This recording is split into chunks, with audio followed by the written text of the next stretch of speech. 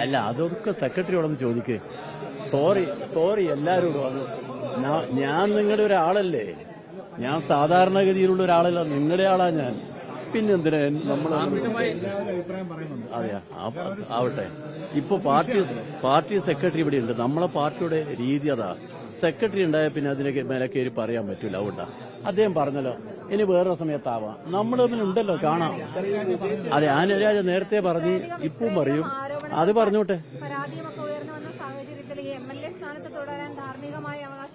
എല്ലാ കാര്യവും നിങ്ങൾക്കുള്ള അഭിപ്രായങ്ങളിലും പറഞ്ഞോളൂ.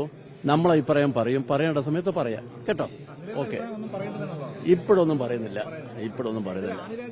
അല്ല, ഇപ്പോഴും നമ്മളെ പാർട്ടി സെക്രട്ടറി പറയും. അതുകൊണ്ട് അതെ, അതിനിടയിൽ പിന്നെ എന്റെ അടുത്ത് ചോദിച്ചിട്ട് കാര്യമില്ലപ്പാ. അതിൽ കൂടുതലൊന്നും നമ്മളൊരു പാർട്ടിയാപ്പാ. പിന്നെ എന്തിനാ എന്താ സുഹൃത്തെ? വ്യക്തിപരമായ കാര്യങ്ങളല്ല. സോറി, ഞാൻ വ്യക്തിപരമായ അഭിപ്രായം പറയേണ്ട ആളാ. ഇരിക്കാം, അത് പറയാം. അത് മറ്റൊരവസരത്തിൽ പറയാം. ഉറപ്പ്, പ്രോമിസ്. വേറൊരു സമയത്ത് പറയാം. അയ്യോ, വരട്ടെ, നോക്കാം. അപ്പൊ പിന്നെ ഇടയ്ക്കിടെ പറഞ്ഞുകൊണ്ടിരിക്കണല്ലോ. ഞാൻ പറയേണ്ടപ്പോ പറയാം കേട്ടോ.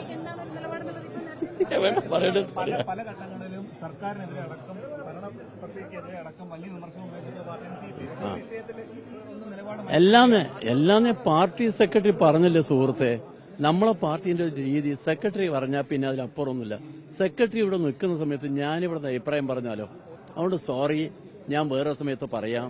നമുക്ക് പറയാം.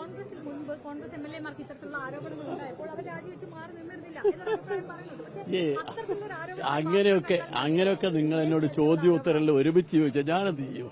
സോറി കേട്ടോ.